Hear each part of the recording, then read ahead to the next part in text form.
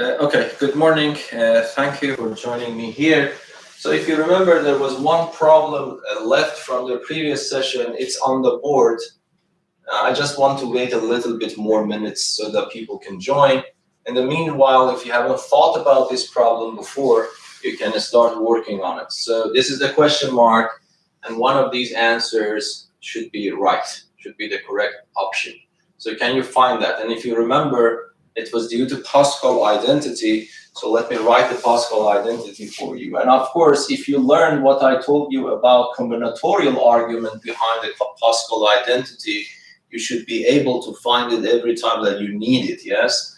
I want to choose R people from N, a group of N people. I can choose the last one. So there are R minus 1 people to choose from N minus 1 people. Or I can exclude the last person. Excluding the last person, it means that I have to choose all R people that I am going to choose from a group of N minus 1 people. So you see, if you argue in this way, you really don't need to memorize, or you don't need a formula sheet to read that, okay? I just wait a few minutes, 1 or 2 minutes I think would be enough.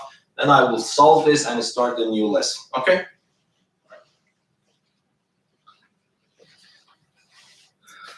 Still, there are 9 people here in YouTube, yeah.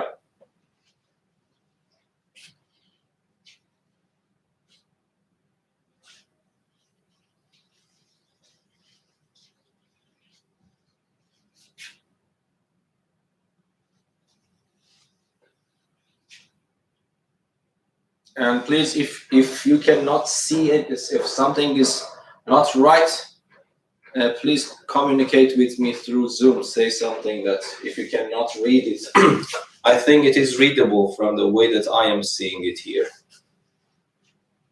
If it is not, please inform me using Zoom microphone.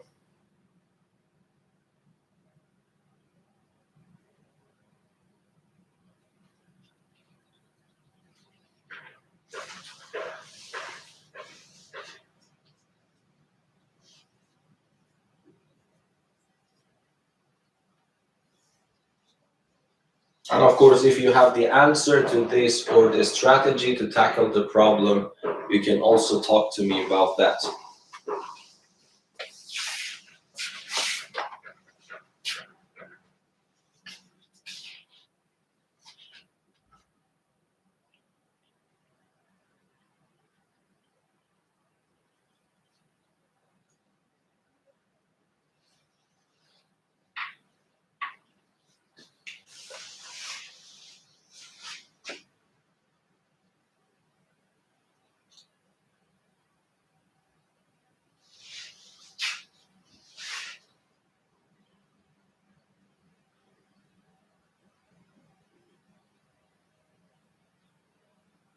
There should be some mistake here. Let me see. The question,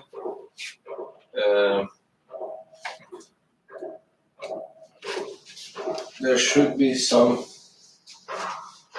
mistake. Let me see here. What is that one? Because it cannot be choose 10, 4, 10 choose 4, 10 choose 4 again.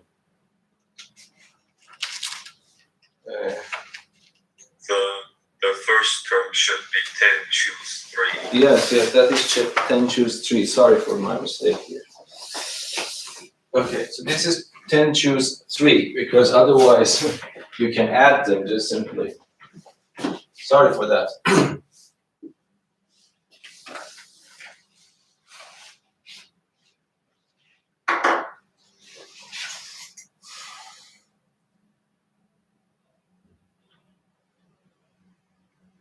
Okay, any ideas how to solve this problem?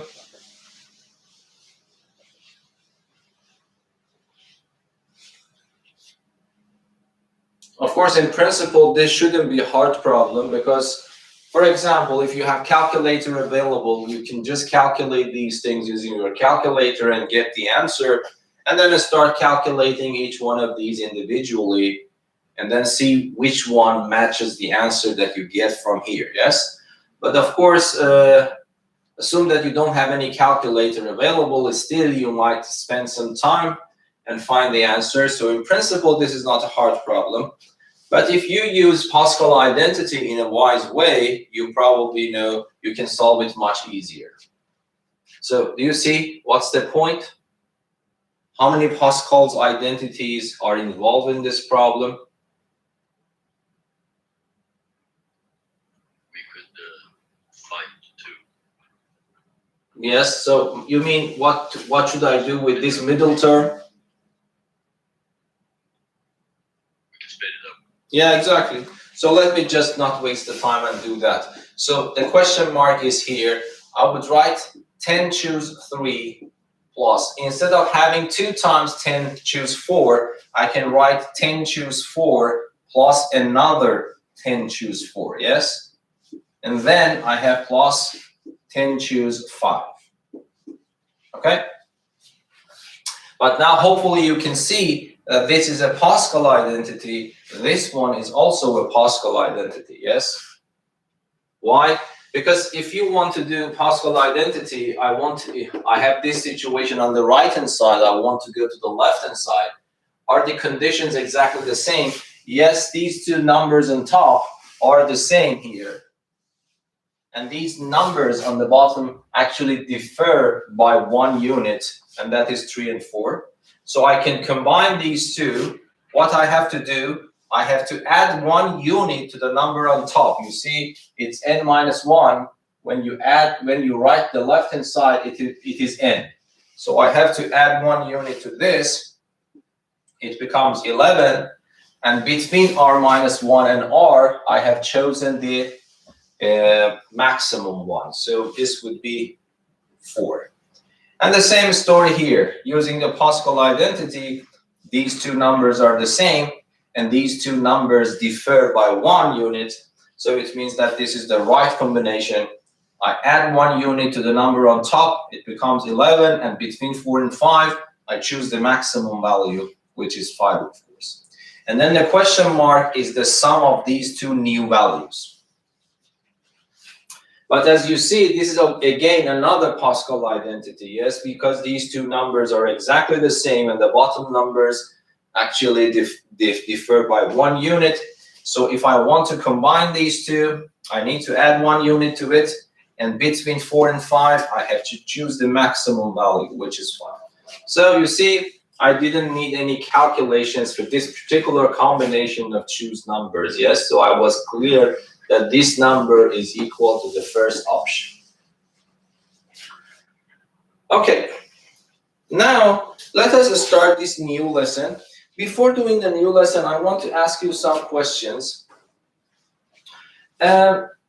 What do you think about this sum? I have 0, for example, 5. Then I have the 5 choose 1, 5 choose 0, 5 choose 1, 5 choose 2, plus 5 choose 3, plus 5 choose 4, plus 5 choose 5. Okay, if I ask you, what is this sum? Of course, one way to do it is to calculate each one. To remind you a little bit about that method, let me just do these calculations because most of them are easy, especially for these small numbers, if you use the theorems effectively. So, 5 choose 0, you don't need to calculate. So if you remember by convention, the first number is 1. If you choose 1 from 5, if you want to calculate this, it means that you have a group of 5 people, you want to choose one of them. So it is clear that you have 5 different ways to do that. Do you remember for 5 and 2, what should I do? 5 choose 2. I told you it is better to calculate it in this way. Write a 2 factorial in the denominator, and then write 2 consecutive integers in the numerator, starting from 5 going down. Yes, so 5, 4. Yeah, it is very quick to calculate this. 5 times 4 is 20 divided by 10. But do I need to calculate the next one? Of course, you can calculate the next one again, but you really don't need to calculate the next one. What is the next one? You remember I told you a formula that if you have n x, this becomes equal to n choose y if you know that x plus y is equal to n. If you know these numbers, add to the number on top, then there is no difference between n choose x and n choose y. So you see here, 2 plus 3 is equal to 5. So when I have already calculated 5 choose 2 to be 10, definitely this one is also 10. And the same story happens here, because you compare this one with the second one. 1 plus 4 is 5, and this number on top is also 5. I have already calculated this, it is 5, so definitely this is also 5. And then the final answer is, again, you can compare this one with the first one, yes, because 5 plus 0 is 5, 5 is on top, so according to that rule, these two numbers should be the same. The first number is 1, the last number is also 1. Of course, you can say that I have a group of 5 people, I want to choose all of them. There is only one way to do that. So if you add these numbers, 10, 10, 20, 10, 30, and 32. So the answer is 32. But of course, this might be a little bit tedious and cumbersome if this sum is longer. And that's a famous sum in combinatorics. I want to talk a little bit about that. Okay, so I'm saying that this is in principle doable. You can calculate each one of them and add them, yes? But let me increase this number on top a little bit. And you see that I have started with just 5, and I have started with 0, go 1 unit at a step, 0, 1, 2, 3, 4, until 5, and then I stopped. Now assume that I am asking you this question. So 10, choose 0. 10, choose 1. 10, choose 2. 10, choose 3. And then you continue until 10, choose 8, 10, choose 9, and 10, choose 10. Do you have any idea how to calculate this? Of course, again, when I say, do you have any idea? One idea is to be patient and calculate this term after term up to some point. And after that, you don't need to calculate anything because the numbers repeat themselves, yes? Because, for example, the last one is definitely equal to the first one, yes? 10 and 0 add to 10. So if you have already calculated this, this means the last number is the same. The same story for 10, 1, 10, 9, 10, 2, 10, 8. So you have to calculate up to some point, up to the middle, more or less. And then after that, the numbers repeat themselves. But even if I choose this number to be 1,000, okay, then there would be 1,001 terms involved. And then it would be tedious again, of course, even if you want to calculate 500 terms. But do you have any very much more, a better idea how to calculate these sums by combinatorial arguments?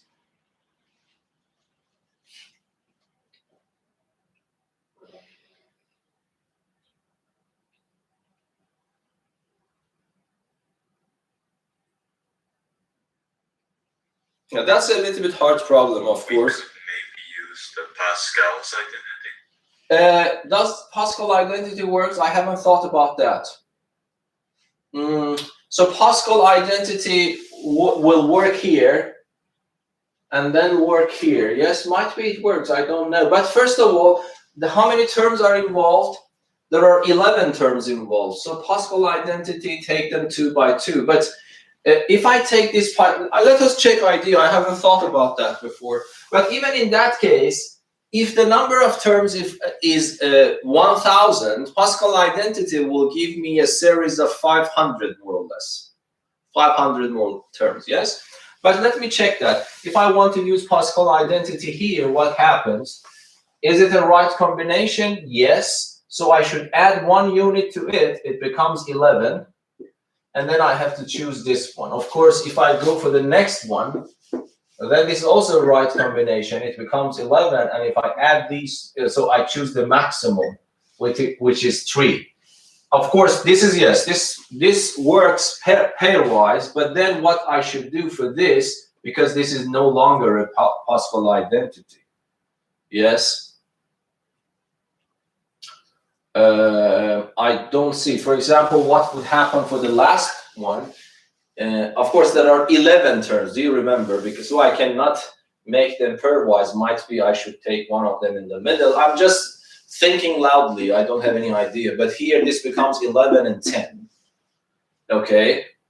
Okay. I don't see any very quick way to calculate this new series. Yes, because this new series, of course, the number of terms is lower. This is definitely true. But then now you see that this one goes to 3, the next one goes to 5, even though now the top numbers are all equal to 11. So yeah, I wouldn't say that this is very, very fast if the number of terms are very big, assuming there are.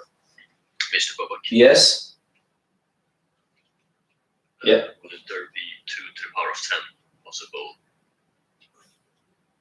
Or like that would be the number, I mean. The answer is 2 to the power 10, but why? Here the answer was 2 to the power 5. I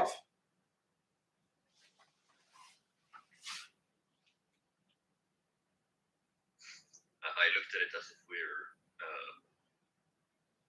selecting a binary number. Because if we look at the first term, it's as if we want to force it to select 0, and then we want to force it to select 1, and then select 2, and then I noticed that.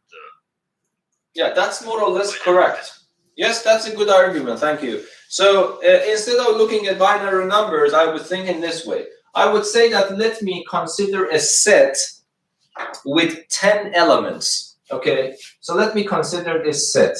A number 1, A number 2, A number 3, A number 10. If I ask you, what is the number of subset, let me call this capital A, this set, let us consider this set with 10 elements, arbitrary elements, distinct elements.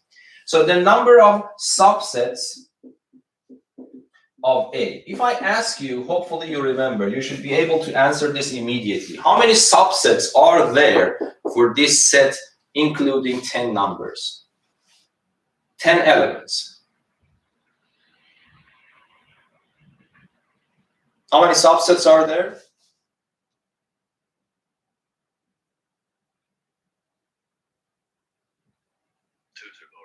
2 to the power 10, thank you. So 2 to the power 10 is the number of subsets of this. This is on the one hand. So if I ask you what are the number of subsets, you immediately tell me 2 to the power 10. This is, of course, much faster and the best way to do it. And this is very elementary. For calculating this number, we just needed the product rule. So if you remember, we talked about this in the very first session that we start talking in the topic of combinatorics. But of course, I can look at the same problem in a different way.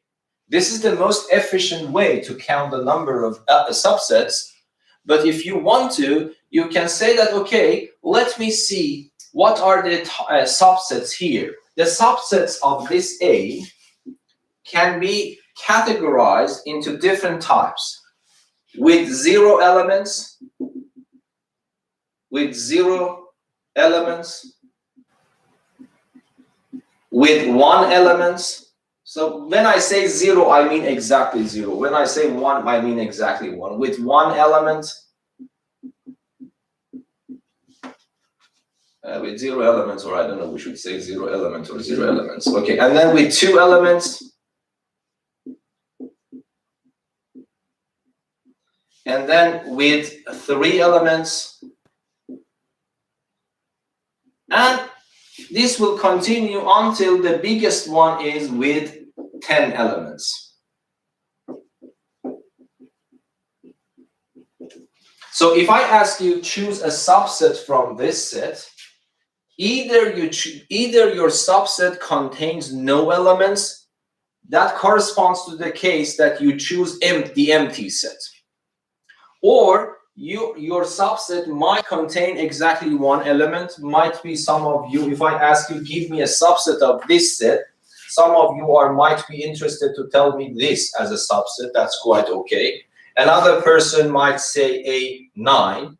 So these are the possibilities. So one type of answers that I can get from you is a subset containing one element.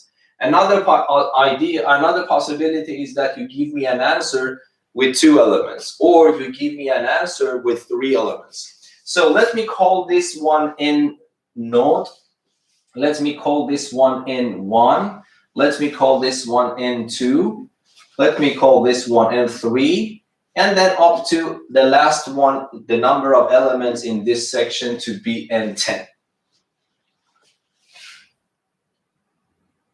Okay, so let me ask you one question. What is your opinion about the sum of these n's?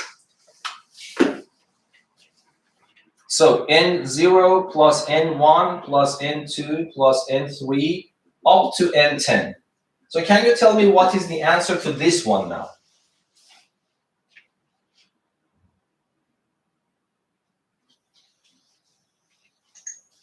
It's 2 to the power of 10.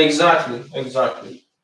Because in this way, I am again counting the number of subsets of this set. Yes? On the one hand, I know that the number of subsets of A is equal to 2 to the power 10.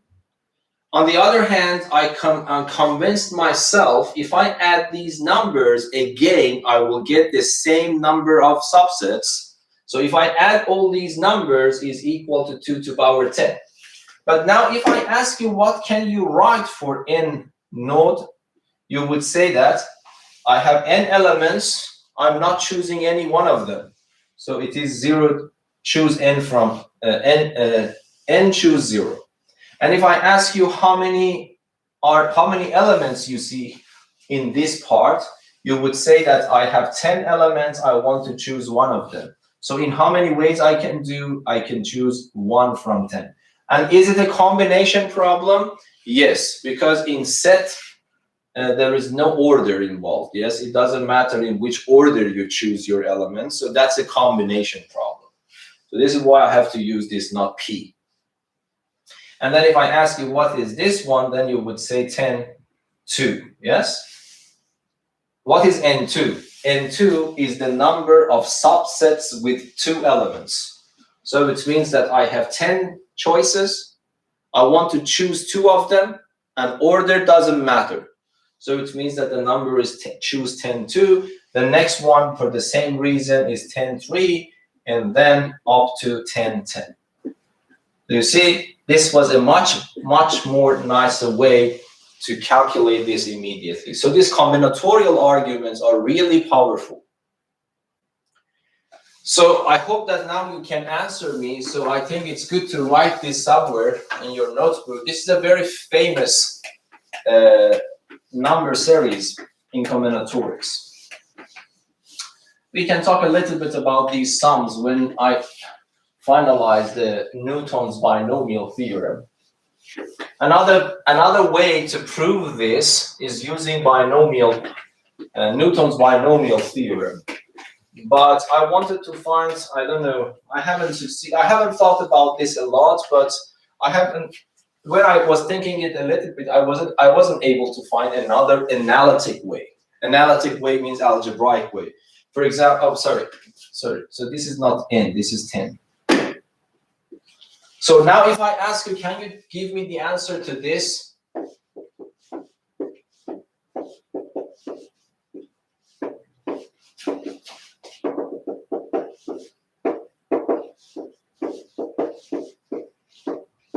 So what is the answer to this sum?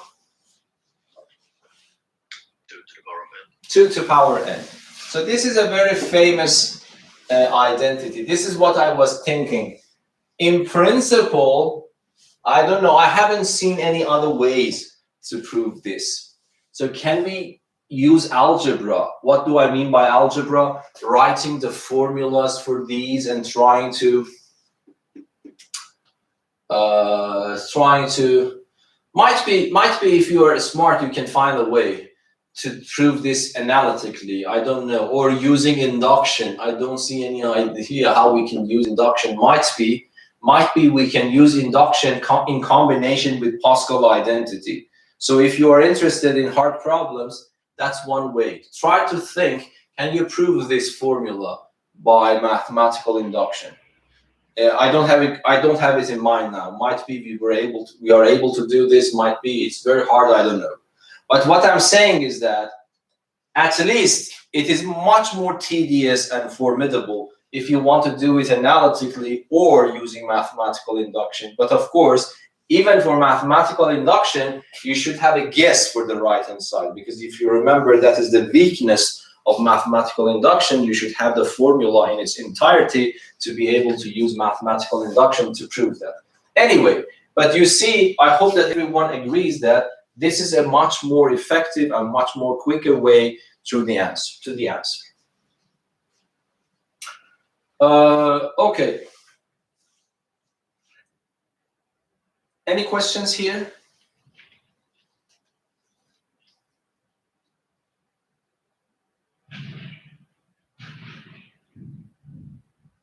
Good. Now, let me start a new lesson. This is somehow in level 3 problem in the book, but I think it deserves more than to be just a problem. I will consider it as a very important theorem. So that's actually a problem in the book. So I want to put it in the body of the teaching, okay, in the body of the lecture. So let me just start motivating you with an example. So somehow some people call it combinations with repetition. Yes. So, for example, you want to make up a flower bouquet, for example. Yes. And then there are 13 types of flowers that you can choose from, and you have enough number of each one of them available for you. Okay. So let me just write. So you have, for example, 13 types of flowers.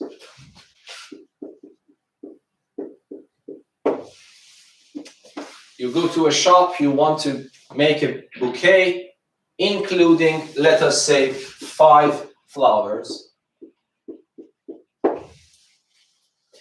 You have decided to buy 5 branches of flowers and to make up your bouquet. And in that store, you see there are 13 types of flowers, and you have enough number of flowers from each type. Okay, is the question clear? I go to a shop, there are 13 types of flowers.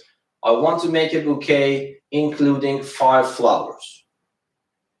Of course, it depends to your taste. You might choose all of them from the same type. I don't know, you can choose 1 from 5 of these types. Which ones? That's up to you. So that's my question now. In how many ways we can make up our bouquet? If the question is not clear, ask me about that first.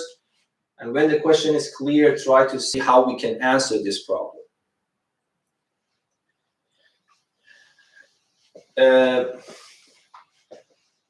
So this is somehow combination, because usually when you make up a bouquet, the order of the flowers are not important in that bouquet. Might be some people arrange it in a different way. I'm not talking about the arrangements. I'm just talking about the type of flowers that you choose and the number of flowers that you choose from each type. Of course, assume that you just want to put them on a table and ask the person to wrap them up. Okay, but I'm just asking you about that stage that you just choose your flowers, branches of flowers, and you put them on the table and ask him to wrap them up. So how many ways you can choose your flowers and put them on the table? So you see that the order is irrelevant here. That's my point. Order is not important. Might be order will become important later in the way that person is going to wrap and make up this bouquet. Okay. So this is a combination problem, but repetition is allowed. You can choose all your 5 branches from the same type. So you are repeating. You have a combination of repetition, yes. And then you can choose 1 from each type. You can choose 2 from one, 2 from the other one, 1 from the last one. Okay, so there are many different combinations you can consider. It's not an easy problem. You need to be very creative to be able to solve this problem somehow.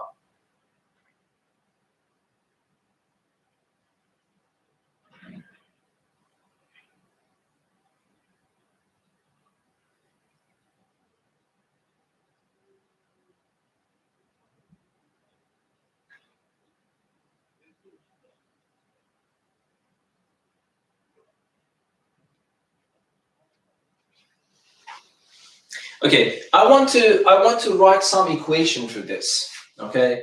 And then try to see if we can solve the new problem instead of thinking about flowers and things like that. Let us think more abstractly.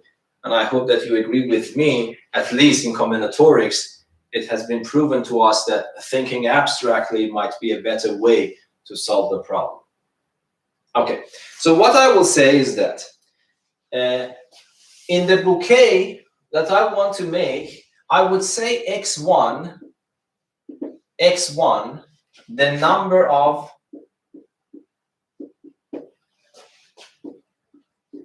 type 1 flowers in the bouquet, okay? Okay, if I can... Mr. Babak, if we have an idea for an answer, should we Yes. chat or something? Yes, why not? Okay, I'll write it in the chat. No, chat, sorry, you are talking about chat. No, you can chat with me. Not, I cannot see it from this distance. Would the answer be 13 to the power of 5? No. Okay. 13 to power 5 is a trap for this problem. Because in that way of calculating, you are considering the order. I will come back to your answer as well, okay? But this is not the answer. So x1, the number of type 1 flowers in the bouquet, and let me call x2 the same thing, the number of type 2 flowers. So let me just, something like this, and then x3, the number of type 3 problems, type 3 flowers in the bouquet, and then up to x13, let me consider them the number of type 13's flowers in the bouquet. Okay. I'm assuming that x1 means this, x2 means this, x3 means this, up to x13. According to my problem, can I say something for these variables? Is there any relation between these variables clear? What can I say about these variables? Of course, x1 can be any number from 0 up to, can you tell me? x1 is an integer, definitely, because this is the number of type 1 problem of flowers. So what is x1? x1 is an integer, and x1 lies somewhere between 0. When it becomes 0? It becomes 0 when I do not choose any flowers of type 1 for my bouquet. Then it means x1 is 0. But is there any upper limit for this?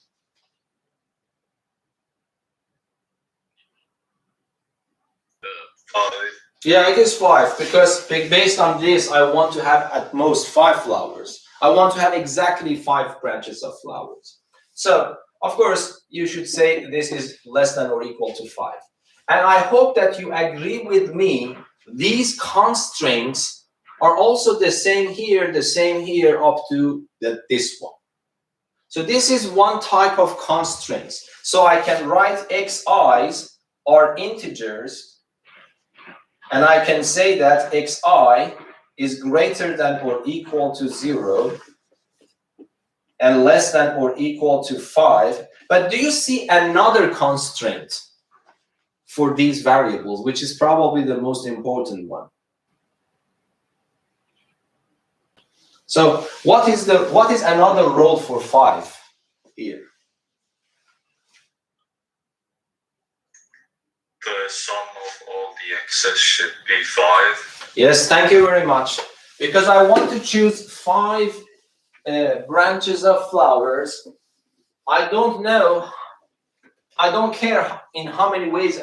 I don't care, for example, how I have done this, but one thing is important for me. The sum of these numbers should be 5, because I want to choose 5 flowers. Okay, so what I say that another constraint, so let me write the constraints here. The constraint 1 is that all xi's should be integers, and each xi should be between 0 and 5. Of course, this is not one constraint. This is 13 constraints, each for one of these variables. But another one that you told me that was the most important one is the sum of these variables is a constant, according to the problem. The sum of the number of flowers, I choose type 1 problems, type 2, I don't know why I'm saying problems all the time. Type 1 flowers, type 2 flowers, the sum of all of them should be equal to 5.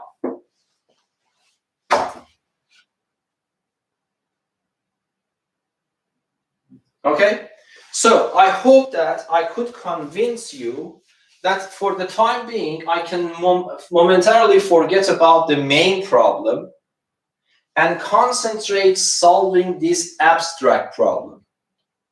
My question is that, how many solutions you can find for this equation so that those solutions actually follow these rules? Okay, so for example, one solution is that you choose x1 to be 1, you choose x2 up to x11 to be 0, and then you choose x12 to be 2, and you choose x13 to be 1, to be 2 again, sorry. So let me make it 1, and let me make this one 3. So this is one possible answer to this. 1, 0 up to here, 1, and 3. So you see, if I add them, I will have 5. So this is one solution to this. So this solution means that I choose one branch of the first type flower. I do not choose any flowers of type number 2 up to type number 11. Then for some reason, again, I choose one flower from type 12. And might be, I think that these type of flowers are more beautiful, so I will choose 3 of them. That's one option, okay? So you can choose another one. You can choose another one. What is important is that the sum of these numbers should be equal to 5. So hopefully I was able to motivate you that these two problems are the same. If I can count the number of solutions to these equations, the number of non-negative integer solutions to this problem, then I am done. And one thing that I want to make it clear, do you think that I really need to emphasize on the upper bound of these variables each time?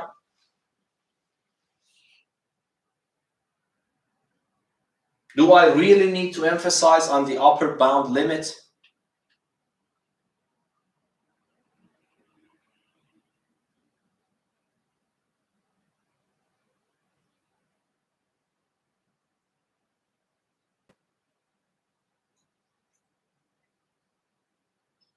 Is my question clear?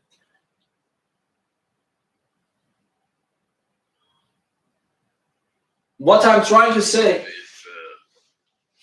yes? Like if we also enforce that the sum has to be 5, Yes? then the upper limit doesn't matter. Exactly, thank you very much. So it means that because in the second condition, I am telling that all of them, the sum of all of them should be 5, and on the one hand, I am saying that all of them are non-negative, it automatically means that they cannot be bigger than 5. Because if one of them at least is bigger than 5, I move that number to the right, and 5 minus a number bigger than 5 becomes negative.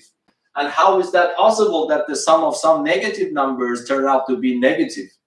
So if I write this second one, I really don't need to be worried about this one. So I can clean it up. And this is a little bit unusual way of writing, so let me write the other way around. So instead of writing 0 less than or equal to xi, I would write that xi is greater than or equal to 0. So actually, this is my problem.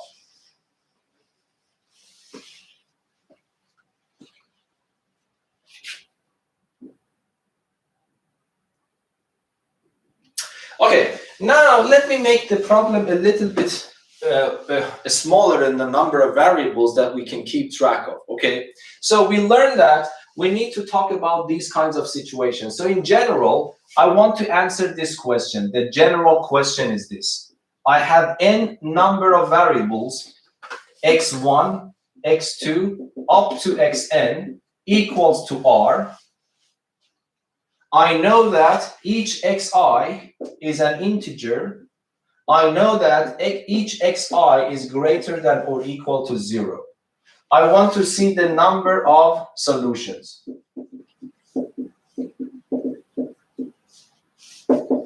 This is the main problem I want to discuss about today.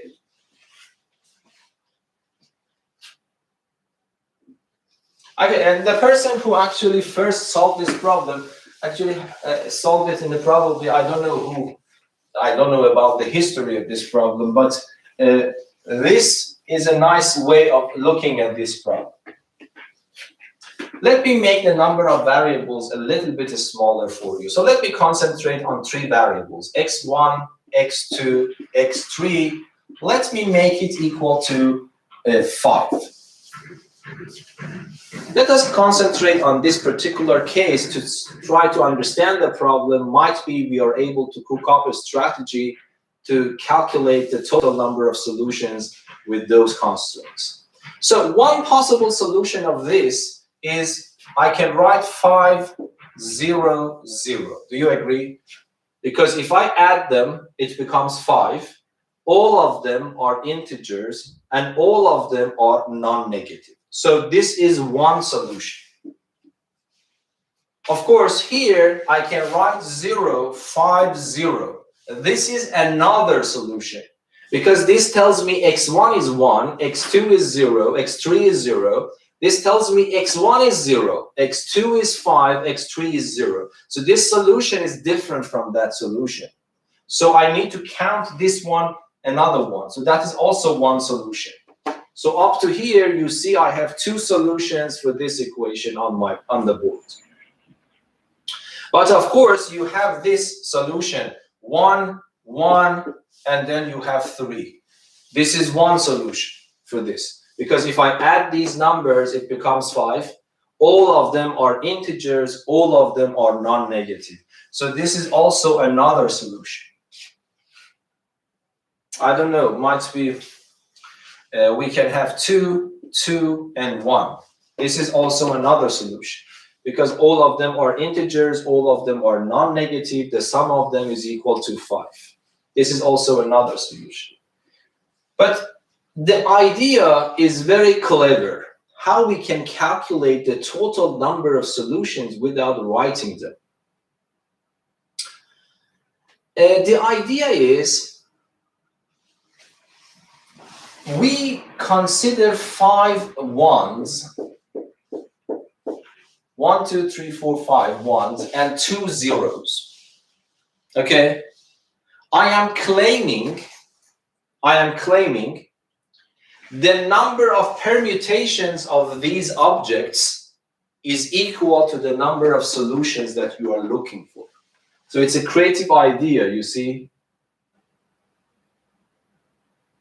So this I want you to understand, because if you understand the connection between these two problems, still I am making the problem even more abstract. Instead of looking at this problem, I am just thinking abstractly. I'm trying to find a connection between the number of binary codes here and the number of solutions here.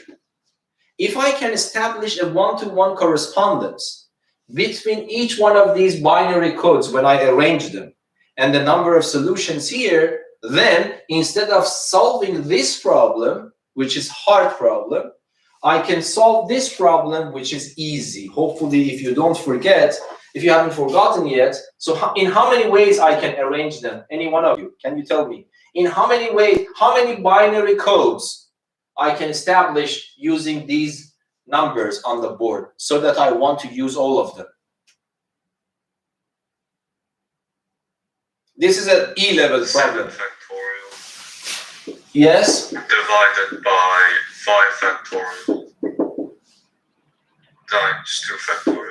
Thank you very much. So you see, it's a very simple calculation based on your previous knowledge. Permutations with repetitions. I want to use all of my objects.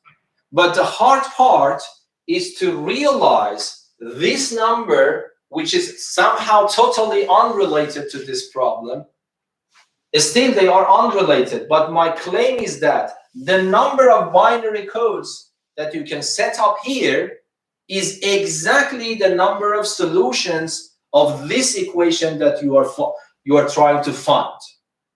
This is the hard combinatorial argument.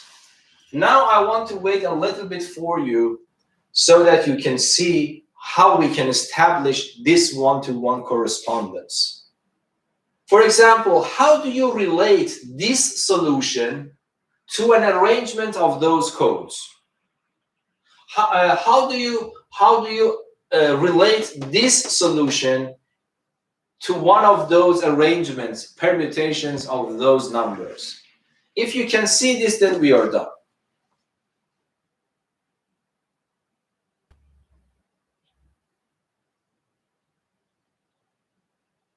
This problem, as I told you, it's one of the problems in the book. Maybe you can think of zeros like commas and then add the ones between them. Yeah, thank you very much. First one would be Yes, thank you very much. Thank you very much. So you see, this is an art. You need to be able to think abstractly. So what Alex is saying is to give the role of commas to zeros. So, for example, you yourself, can you cook up a code for this based on your understanding for the last one? Can you cook up a code for this? 1 1 0 1 1 0 1. 1 1 0 1 1 0 1. Thank you very much. Thank you very much. Very nice. So can you see this connection? He is saying that, okay, let us use these zeros in my head as commas. So the people who are actually writing codes, they should be very good in thinking abstractly. Okay, so here we use these zeros as commas. And then I would say that the number of ones on the left-hand side of the first comma is the first x1. So what is x1 here? x1 is 2. Between these two zeros, the number of ones that I see is again 2. And after that 0 is 1. So you see 2, 2, 1 is the code representing this solution. Okay, let us together, for example. Let us code this using binary digits. So how should I write that? I have 1, so I have 1. And then after that, I have another 1, so I need a separator. I need a comma. And then I put a 1, then I need another comma. to go to the next one. Then I will have 3 1s here. So you agree? So what about this one, by the way? What is the code corresponding to this solution? 5 1s. No, sorry. Yes, that's correct. 5 1s. 5 1s, 2 zeros, yes? Because on the left-hand side of the first 0, you have 5 1s, so this gives you x1.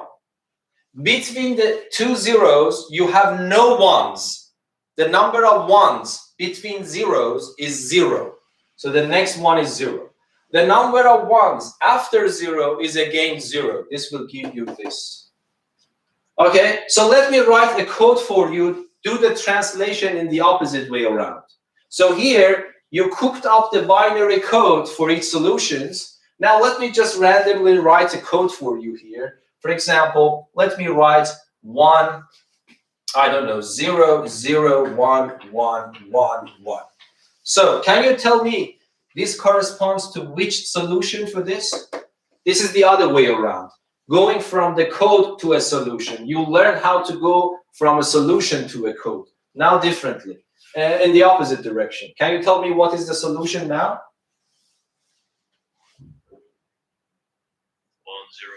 104. 104. Yes, and now you see that. Why do you think it is guaranteed that I have the sum to be equal to 5? That I intentionally chose 5 1s. So it means that the number of 1s is equal to this number sitting on the right. And can you tell me how did I choose zeros? Why did I choose 2 zeros? Why I didn't choose 3 zeros?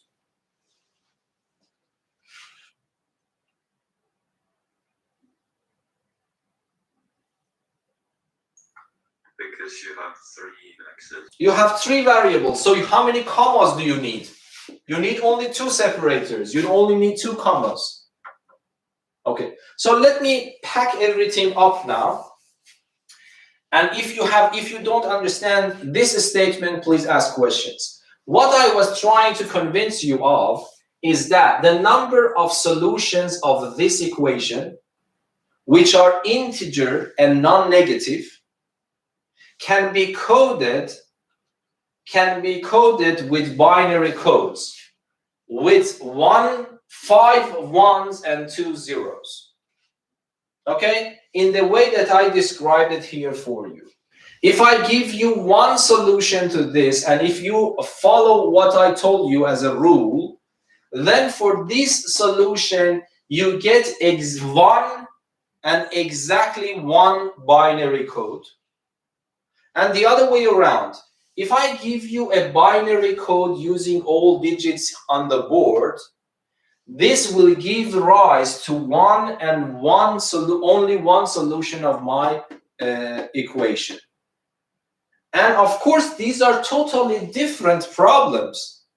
But what I was trying to show is that the number of items in this abstract problem and the number of items in this problem are the same.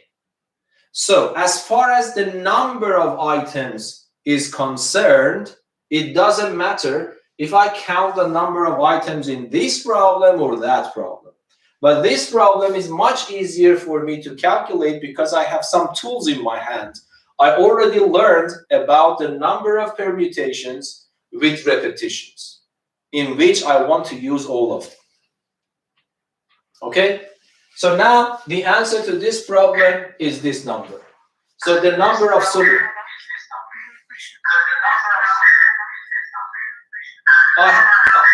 I have some echoes. Sorry. Yes, now please ask your question. Yes, is it x2 and x3 or x12 and x13? Still, I have some echoes. Might be you have forgotten, some of you have forgotten to close your microphone.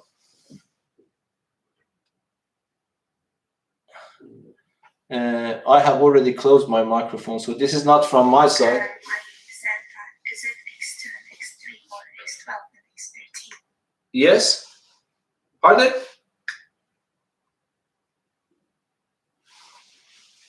Can you see the board Is still? it x2 and x3? Or is it x12? So let me see why I have so many echoes. Some of you might have forgotten to close the microphone and have left the session. I don't know.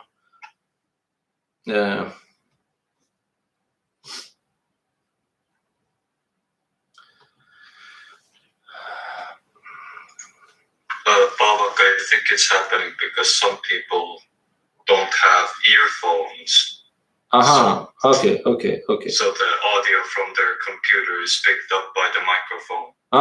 Okay. I see. But that's what I'm saying. If the microphone is actually closed, that there shouldn't be echo because of that. Okay, let us see how it goes. Thank you for your remark about that. Okay, so Khalid, sorry for that. I couldn't hear you. May you repeat your question once more? Hopefully I can hear you this time. Yes, my question was, is it x2 and x3 or is it x12 and 13? Like x1 plus x2 plus x3. No, why do you talk about 13? I told you that this problem, I don't know, we have some problems. There's a very bad, this is a different problem because there were 13 variables involved in this problem. It was hard for you to think about 13 variables at a time. So I just wrote a new problem for you here with the lower number of variables so that you can understand this idea. Then when you establish and understood this idea, I want to go back to my previous problem.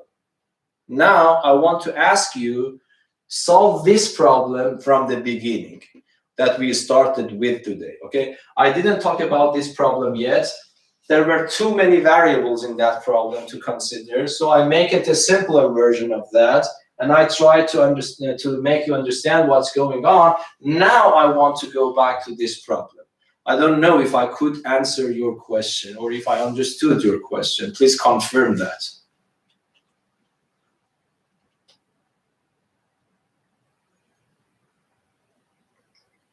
Yes, I understand. Yes. Now my question for you is this. Think a little bit. The idea is exactly the same. Now, can you solve the main problem that we started with using this idea? Okay. So, for example, talk to me.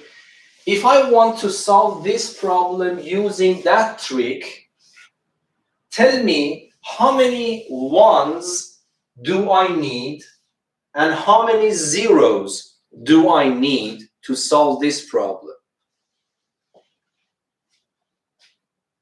We would need 5 ones and 12 zeros. Hopefully everybody agrees with Alex, yes? So I think, yes, that's correct. Because still I want to have the sum of my variables equal to 5, yes? So I need 5 ones again. 1, 2, 3, 4, 5. 5 items. And then how many separators I need? How many commas do I need? If I have 3 variables, I need 2 commas. It's very clear how many commas do you need there. You need 12 commas. So it becomes 12 zeros.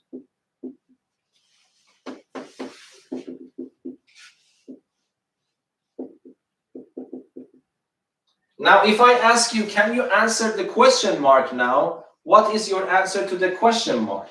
So it means that instead of thinking on this hardly stated problem, you can think about this simpler problem, this problem stated in a simpler way. I have 5 ones, I have 12 zeros. I want to arrange them in a row, and the order is important for me. So I am confronting a permutation problem, yes? So what is the answer? You know what to do. You first count how many items are involved. There are 17 items. But if you just write 17 factorial, it means that you are considering all objects to be distinct. But of course, this is not the case, because you know that 5 of them are 1s. So you have a 5 factorial in the denominator because of that, and you have 12 factorial because of the zeros here. Is that understandable? So at the end, this is the answer of that bouquet of flowers. This is the, by the way, this is a mark on the whiteboard. Don't think this is 1. I cannot clean it. Okay, so this is the number that you were looking for from the beginning. Okay, so please tell me if you are totally lost about this problem. I told you that this is not an easy problem, and I think in the book it's a level 3 problem with some hints in the problem itself. You can go and study, but this is the core of what I was wanted to talk about that to you today. Is there something that you really don't understand in this problem?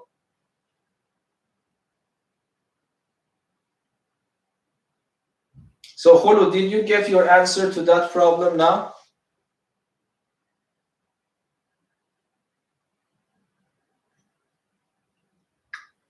Yes. Okay, good. Yeah, I understand. Okay, now I want to cooperate with me to cook up a formula. Okay, don't forget to close the microphone. Thank you. So now, let me ask you this question. The question on the board. The question on the board. So that was my mistake. This arrow is not this problem. This arrow is for the main problem.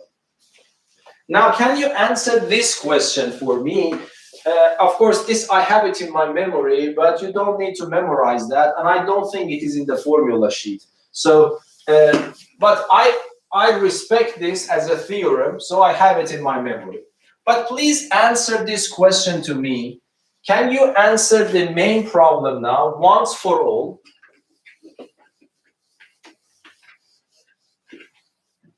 Here I have n number of variables. In this problem, I had 13 variables. In the first problem, I had 3 variables.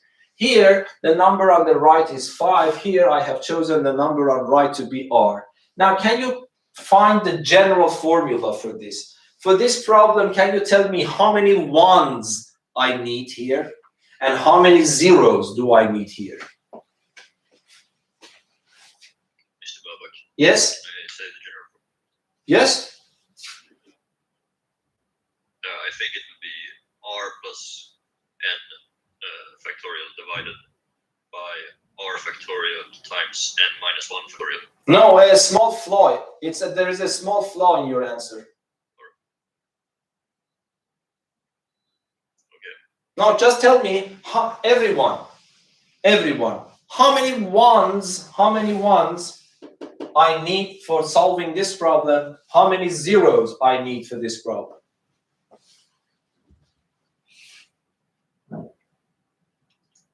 We need r number of 1s and n minus 1 number of zeros. Yeah, exactly. Everyone agrees. I need r items. Oh, the flow would be that it should be r plus n minus 1. Exactly. Yes, exactly. Okay. And then you have 0, 0, up to 0, n minus 1 items. Okay, and now I want to write it. In this form. So, in how many ways I can arrange these objects in which order is important for me? I need to consider the total number of items. The total number of items is r plus n minus 1 factorial. But in the denominator, I have to put r factorials because r of them are the same type, and another one n minus 1 factorial.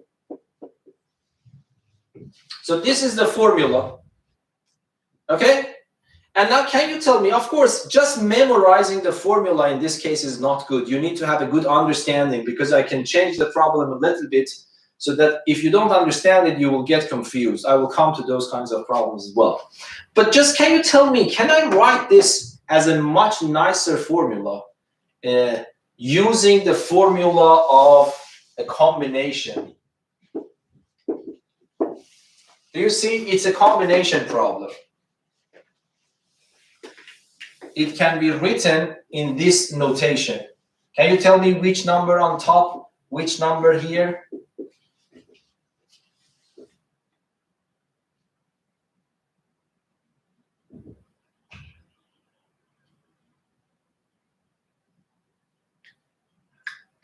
R is not. May you repeat, please?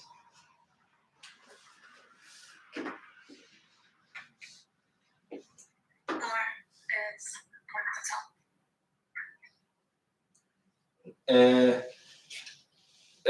I think you said something. You said R on the top.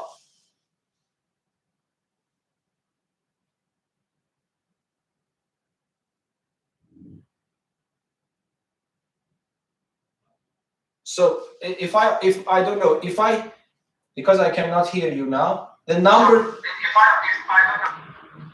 R plus n minus 1 on top, and then R in the bottom. If you don't believe, let us check that. If I ask you to calculate this, how do you calculate this? If I ask you to calculate this, you should put the box factorial, triangle factorial, the difference between these two factorial. So the box factorial becomes R plus n minus 1 factorial, which is the correct combination. And then I have the triangle factorial. Triangle is R, so it becomes R factorial. That is also a correct combination here. And then the difference between these two, is n minus 1 factorial. And that is also a correct combination. So in some books, you see that they write this question mark. Instead of this question mark, they answer it in this way. In some other books, they answer it in this way. But can you feel that this is also correct? I myself prefer this one, but that is up to you. I want you to understand that these two are equal. Do you see that? Because this number and this number, if I add these two numbers, it becomes the top number. And then I told you that whenever the sum of these two numbers is equal to the number sitting on the top, these two choose numbers are exactly the same. So it doesn't matter if you write it in this way or in that way. I myself, I don't know. I prefer to write it in this way, but they are exactly the same thing. So finally, we were able to solve this problem completely. And then answer this problem. Okay, please let me write this somewhere. And yes, we have a little bit of time. I can give you an example. So we learned that if we have this equation,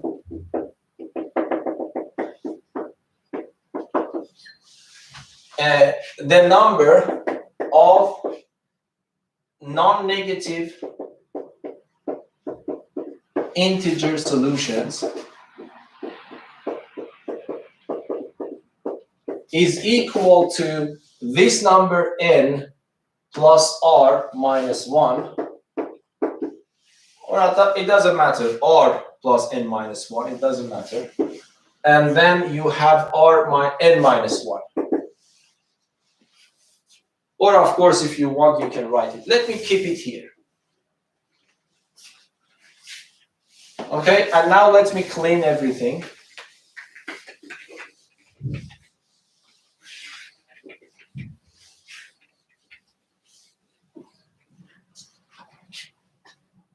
Okay, now let me ask you this question. Example.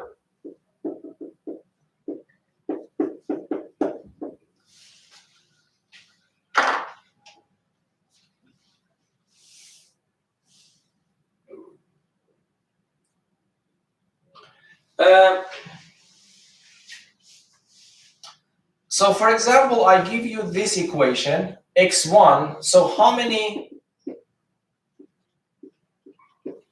integer, non-negative integer solutions?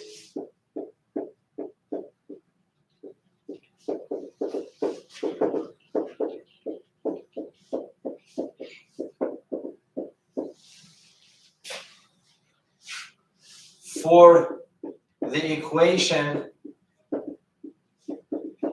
so let me say x1 plus x2 plus x3 plus x4 plus x5 equals to 10. Are there such that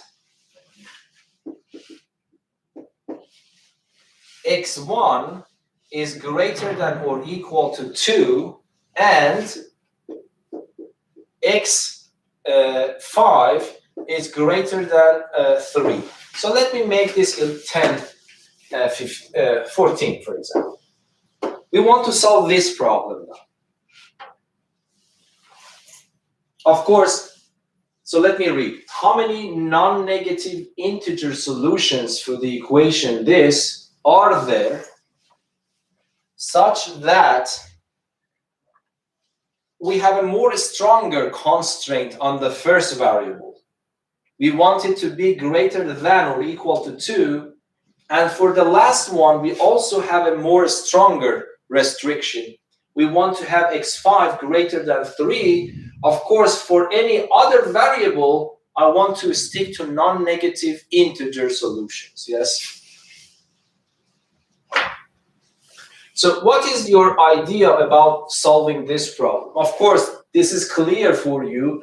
The answer is no longer we can find it using this formula, yes? Because this formula, every variable has the same constraint, non-negative integer.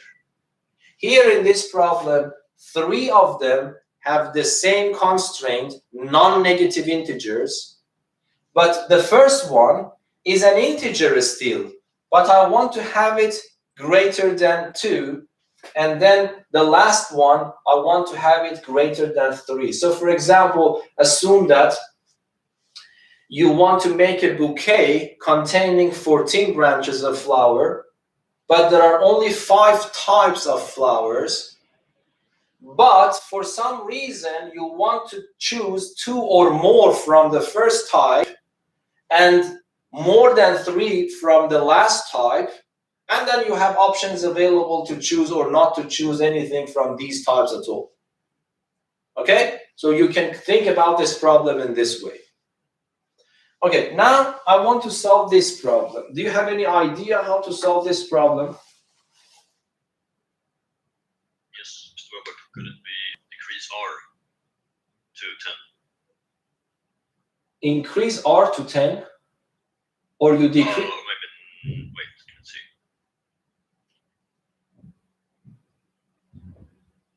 No, I think we should decrease it by 6, right? You mean instead of 14 we write 20? You mean instead of 14 we write 20? Is that what you mean? Instead of 14, I think we should write 8. So 4 and 2, 6, yes. 8 is correct, yes. Thank you. That's the correct thing. Yes. So, but if I want you to understand this problem, how do I do that?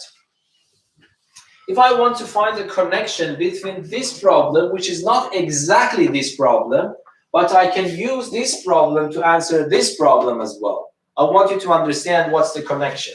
I would say, let me write capital X1. Capital X1 in my handwriting, capital X1 is completely different from X1. Let me say X1 be equal to X1 minus 2.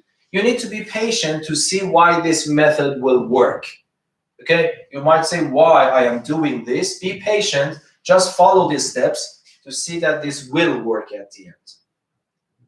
I will not introduce any new variables for x2, x3, and x4 because they have the same conditions. So let me just write them, x2, x3, and x4, but x5 greater than 3 is equivalent to saying that x5 is greater than or equal to 4. Yes? Because x5 is an integer. If it is supposed to be greater than 3, the minimum value would be 4 and greater. Yes? So then I introduce a new variable, capital X5, to be x5, little x5, minus 4. Okay, so here, if I ask you, what is the constraint on the capital X1? What is the constraint here? You are telling me that little x1 is an integer greater than or equal to 2. So x1 minus 2 is still an integer, but greater than or equal to 0. x2 is the same, x3 is the same, x4 is the same. Now let us look at capital X5.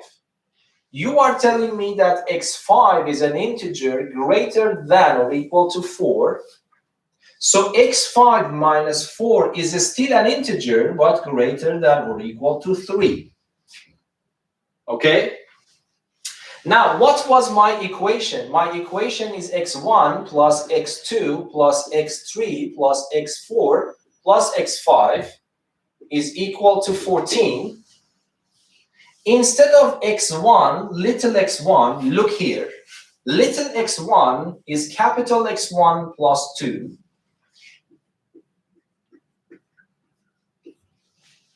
Instead of x2, x3, and x4, I will write the same. But instead of x5, you see, I can write capital X5, move 4 to the other side. It becomes capital X5 plus 4 is equal to 14.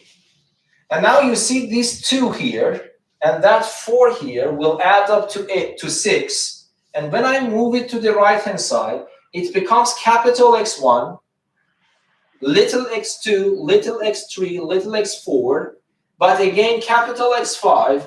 On the right-hand side, I have 8, because 2 plus 4 is 6, 14 minus 6 is 8. This is an analytic way of understanding, but we can also think about it in a different way. But now look here. I have an equation. I want to have the sum of these variables to be equal to 8. All these variables are integer, and all these variables are non-negative integers. Yes? And this means that I am having the same problem. I have an equation with 5 variables. The sum is equal to 8. All of them are integers, and all of them are non-negative integers. So I know how to solve this problem using this formula. So the answer to this problem becomes this combination: n plus r minus 1, n plus r minus 1. In the bottom, you have n minus 1. It means 5 minus 1. So the answer that I expect you to write is 13 minus 1 is 12. 5 minus 1 is 4. So this is the answer. Okay. So I want to stop here, and I will continue this on Thursday. So on Thursday, we will finalize this. There is one particular very important lesson left from this, and that is Newton's binomial theorem. And then next week, we continue to graph theory. Next week, we will continue with the binomial theorem. And after the break, we will start the graph theory, which is the last part of this chapter. And I will write on a school self which parts on the book you read that are related to this problem. Okay, and if you have any questions, you can ask me on Thursday. Okay, I have to go and prepare the hour. I think you also have other lessons. Thank you for watching and being with me. So I will end this stream. If you have any questions, you can ask me through Zoom, okay?